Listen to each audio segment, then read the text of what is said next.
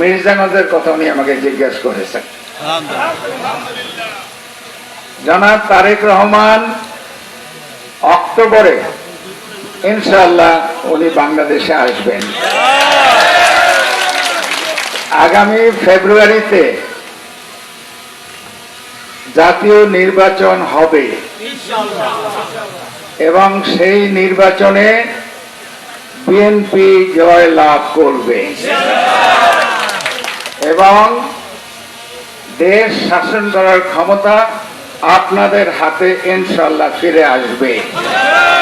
অমঙ্গলে পর্যবেসিত করার জন্য একটা গ্রুপ কাজ করে। তারা কারা?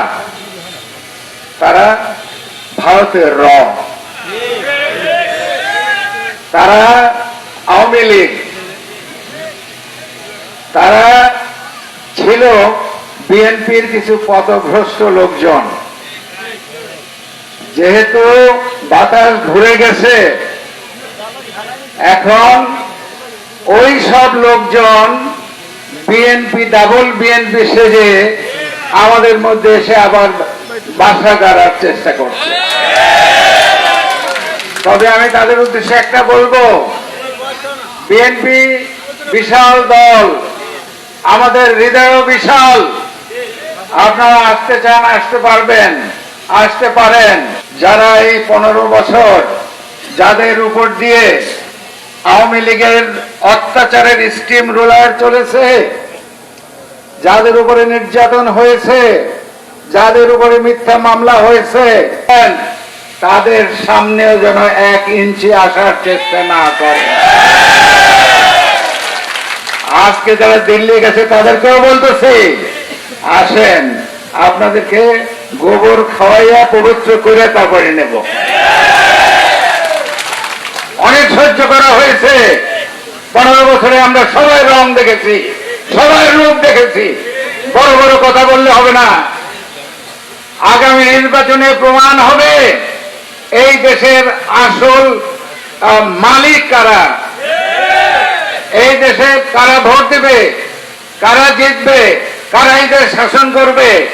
15 বছরে আপনারা যে অন্যায় অত্যাচার করেছেন, যুদ্ধের সময় যা না করা হয় তাও করেছেন, হেলিকপ্টার দিয়ে আপনারা আমাদের উপরে গুলি করেছেন,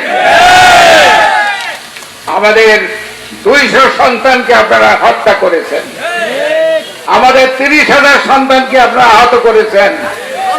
তাদের মধ্যে অনেকেই এখনো হসপিটালের বিছানায় মৃত্যুর সঙ্গে পাঞ্জা লড়তেছে। কথাটা আপনারাও মনে রাখবেন, আমরাও মনে রাখবো। আল্লাহ তাআলা ছাড় দেয় কিন্তু ছেড়ে দেয় না। তাই যদি হতো 15 বছর পরে শেখ হাসিনা লেজ গুটিয়ে পালাবে কেন? আর পালিয়ে সেটা হতেই পারে।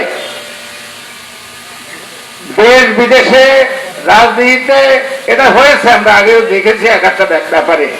কিন্তু যখন সরকার প্রধান পালিয়ে যায়, তার স্পিকারও পালিয়ে গেছে, তার মন্ত্রীরাও পালিয়ে গেছে, তার 300 এমপি পালিয়ে গেছে, তার মসজিদের ইমাম সাহেবের বন্ধু পালিয়ে গেছে। তো কেন পালিয়ে গেছে? এই 15 বছরে তারা কোনো আইন মানে নাই, তারা বেআইনি কাজ করেছে, অন্যায় করেছে, অবিচার করেছে, আপনাদের বাড়িঘর দখল করেছে, আপনাদের দোকান দখল করেছে, আপনাদের স্কুল কলেজ দখল করেছে, আপনাদের ধান কেটে নিয়ে গেছে, আপনাদের পুকুরের মাছ তুলে নিয়ে গেছে। আর যখন আপনার কিছুই ছিল না, তখন আপনার দাদার আমলের বাড়ির ওই বড় গাছটাও কেটে নিয়ে গেছে। বিএনপি ক্ষমতা আসবে ইনশাআল্লাহ। আর এইগুলো যারা করেছে, আমরা দেখব যে তারা আপনার বাড়ির উঠানে এসে হাঁটু গেড়ে ক্ষমা চেয়ে ক্ষতিপূরণ দিয়ে যায়। পারবেন? তাহলে 2 হাত দেখিয়ে দেন যে সাহস আছে। এবং এই ছবি যারা বিএনপির বিরুদ্ধে কাজ করেছে 15 বছর, এই ছবিগুলো যেন তারা দেখতে পায়। আমাদের সোশ্যাল মিডিয়া আছে, আমাদের ফেসবুক আছে, ফেসবুক ফলো করে দিতে হবে যে 5 আর 6 নম্বরের লোকজন, সেই বীর মুসলমান এখনো বেঁচে আছে।